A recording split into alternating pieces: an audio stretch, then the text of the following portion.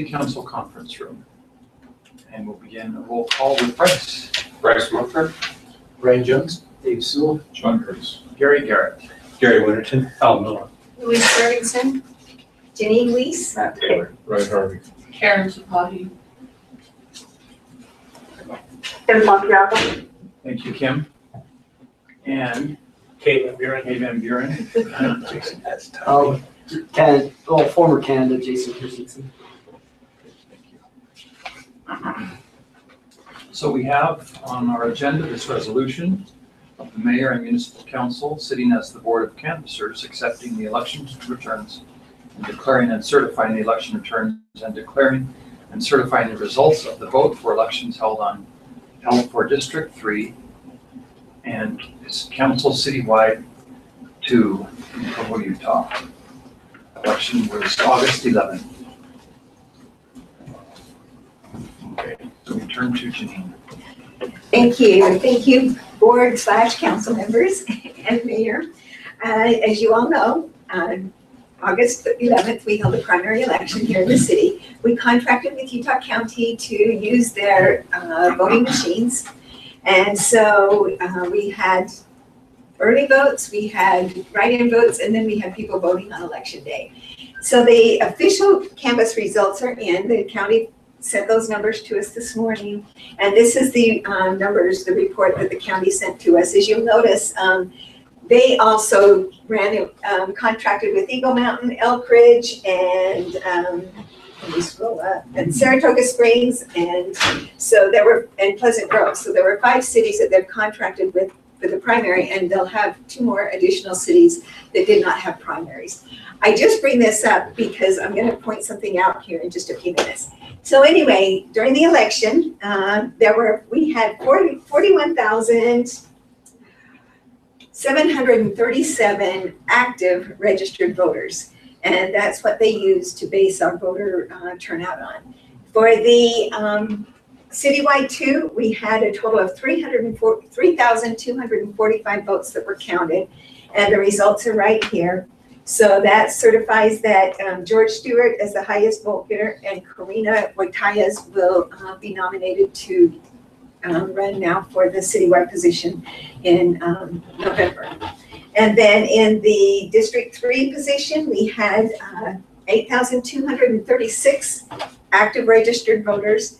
And of those 8,236, 555 cast their votes.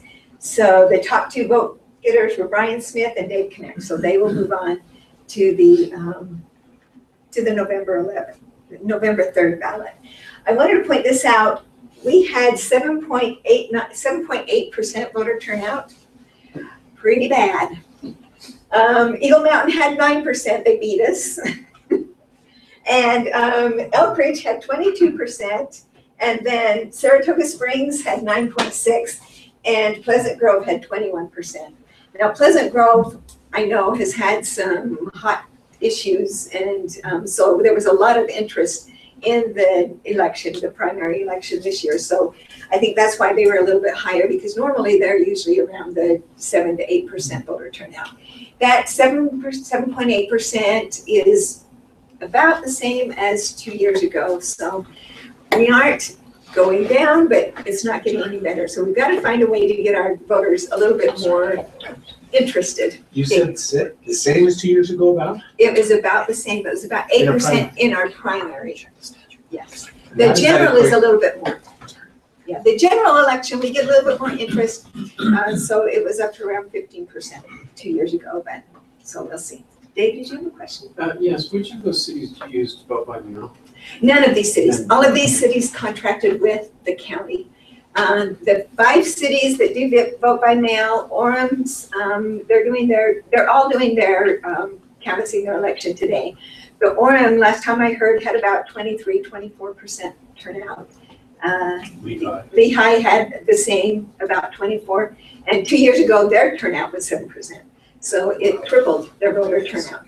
And then I don't know the other cities. Cedar Hills, I'm not sure what their voter turnout. And then the other 2, Alpine and I want to say Vineyard, didn't have a primary. So for Provo City, if you want to go to that other page, Thank you, Bryce. There were 142 provisional ballots that were cast during this election, and of those 142, 17 of those were disqualified. The main reason why ballots are disqualified is that they are not registered. They come in to vote, their name isn't on the registration rolls, so we say, okay, go ahead and vote provisionally, and if you're on the roll, then we'll count it. If you're not, then we'll get you registered. So the majority of those are just not registered. Occasionally, we have some that they don't come in and show their proof of ID. Sometimes we have some that actually have already voted and come in to vote again. We had 2 in our last election that did that way. And so that's our provisionals. We mailed out 2,247 absentee ballots for this election. And of those 2,247, we had 602 ballots returned, which is a voter turnout of 26.8%. So on our absentee ballots, we had a good turnout. I think a lot of it is because people are asking for it. So for the ballots, not asking for it. Okay, so they're asking for it. Let me see. Do we have the resolution? Okay, thank you. So the resolution that I'll be asking you to approve today just certifies that you agree with the results of the election and that they're accurate, and that, and then these are the way the votes turned out. And we list each of the votes, and then we say that they were the highest, that George and Karina were the highest vote getters, and they'll be nominated for the office. So that's the, for the citywide. This one talks about the District 3, and again, it just repeats the votes.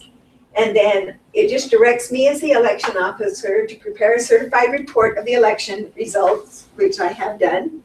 And then you as board/council members will be signing that report. And then I will prepare and transmit a certificate of election to each of those candidates that will move on. I will publish a report and post it in the city, and then I'll also publish it in the paper and on the UPN, the Utah Public Notice website. And then I will also file a copy of this report with Lieutenant Governor's office. Do you have any questions? What's the specifics of the full tally regarding early voting and absentee votes? Do we have that? The county is still in the process of preparing that, and we will, they'll send us that report later on this week, and I will send out a copy to all the candidates and to all the council members and to the administration. And that will list, it's huge. It has every precinct, and it shows precinct by precinct what the votes were, and then also lists how many of those were early votes, how many of those were provisional, how many were absentee, and how many were voting at the polls. And so that I will send out that report to you when I receive that. Just one quick question. The 4,000 active, do we have to determine what an active voter? An active voter is someone that has actually voted in the last 2 or 3 elections. Last 2 or 3? Yes. And I asked Scott, I said, okay, inactive voters, how long do we have to keep the inactive voters on our voter records? And he said we keep those for about 6 years. So they inactive, and then after 6 years, do they have to re-register? Do you take Yes. them off and then they have to We take them off and then they have to re-register.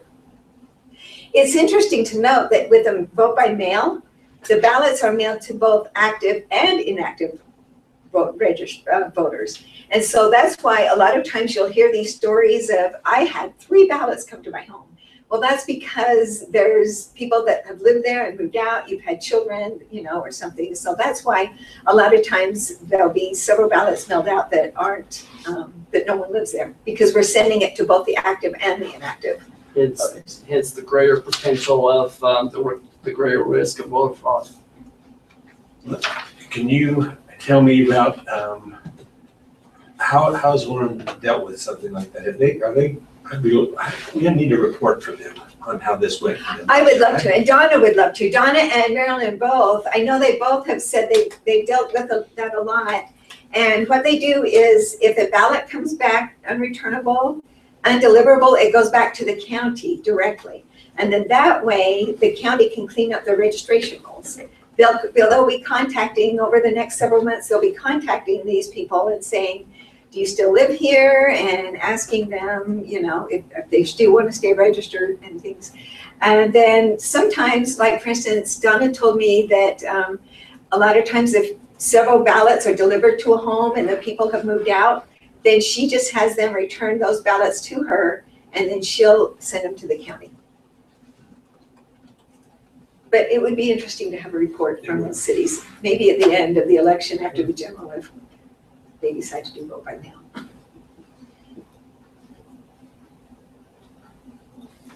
All right, any other questions? I just had one more, I just thought of, with the county putting this tax on the ballot, will they still vote by mail in this upcoming general, or will they have to do The cities are going to have to determine that. The county has decided, at least last I heard, the county has decided that they will not put their ballot in the vote by mail ballot, on the vote by mail ballots for those cities. In all the other cities that we're contracting with, or even the cities that are not contracting with the county but are running their own election, I understand they will be putting that issue on their ballot. So it'll have both the municipal and the county issue. So does it become a county administered election, even though the county issue is on there? Yes, They don't it's have to still cross a that. municipal issue. It's still run by the municipalities, but their county issue will just be counted and the information forwarded to the county. On those 5 cities that are not doing, that are with the vote by mail, the county has determined that they will not put it on the same ballot. So those cities, of which I'm a member, I live in Lehigh, I am going to receive my ballot in the mail from Lehigh, and then I either have the option of signing up for vote by mail and having a second ballot sent to me from the county, or I can go vote early, or on election day, I'm going to have to go in and vote. So I'm going to have to vote twice in the general election, whereas most are just once. So when we were talking about this, one of the biggest impediments to me was this county, and I had not foreseen this problem. I just saw next year that even if we did vote by mail, the county would just go back. I'm hoping this puts a lot of pressure on the county to switch over to vote by mail. Unfortunately, it's very unfortunate. That's So, so. I don't know if there's more discussion, but I would actually like to ask for a personal privilege, if I may. This is a rare moment, Mr. Lynn, is that correct? So just for, I think most of you are aware of this, but the mayor actually is a member of the board of canvassers, so this is the one time he gets to vote and make a motion. And make a motion. So if my colleagues will allow, I would love to take advantage of this rare moment to make a motion with all of you. And I would like to not only make a motion, but on behalf of all of us, express appreciation to every candidate that has run. Those of us that are part of that know when these are drawn, how important it is to have people run, and how difficult it is to run. So my appreciation to, on behalf of all of us, as part of the motion, I'd like to thank our candidates. I'd also like to thank our election official. It would be hard to find a more professional and pleasant election official anywhere in the land. And with that, I would like to make a motion to approve the resolution as written. Thank you, Mr. Mayor. Can I request that the resolution, the current resolution be sent to me? I have the Yes, I old sent one. you back on lunch. I realized you pulled that up. I had sent you the wrong one, so we'll send it. Things higher. oh, the She one with does- the she current has- numbers, yeah. Yes, you can consider. So I'll send it to you, Kim. Do you want it right now? I guess if everybody, yeah, Okay. Kim, just to clarify, the resolution, the numbers on the resolution are just pulled from that, from the report from the county. And it just, oh, okay. yeah, so that's So just, it will all be updated. It'll all be updated with the numbers that are on the canvasser, the canvas report. yeah, yes, I updated that just before the meeting this afternoon when I received the numbers from the county. So the one that's in front of us, Okay. the one that's in front of us on the screen here has the numbers in the resolution from that county report. Okay, no worries, then that's fine. Okay. All right, is there a second to the motion then? Mr. I'll Richardson? second the motion. Oh, all right. Kim, thank you. So we have a motion and a second. Those in favor? Aye. Vote passes unanimously with a vote of 7-0, 7-0, and 1. Oh, 7. Please, Carol. Hold on. And one, Sorry. one absence. Councilmember Hales is absent. So, all right, and thank you. I'll now call for a motion to adjourn the meeting. I so moved. And a second? Second by Mr. Sewell. Those in favor? Aye. Thank you. Meeting adjourned. And before each of you leave, this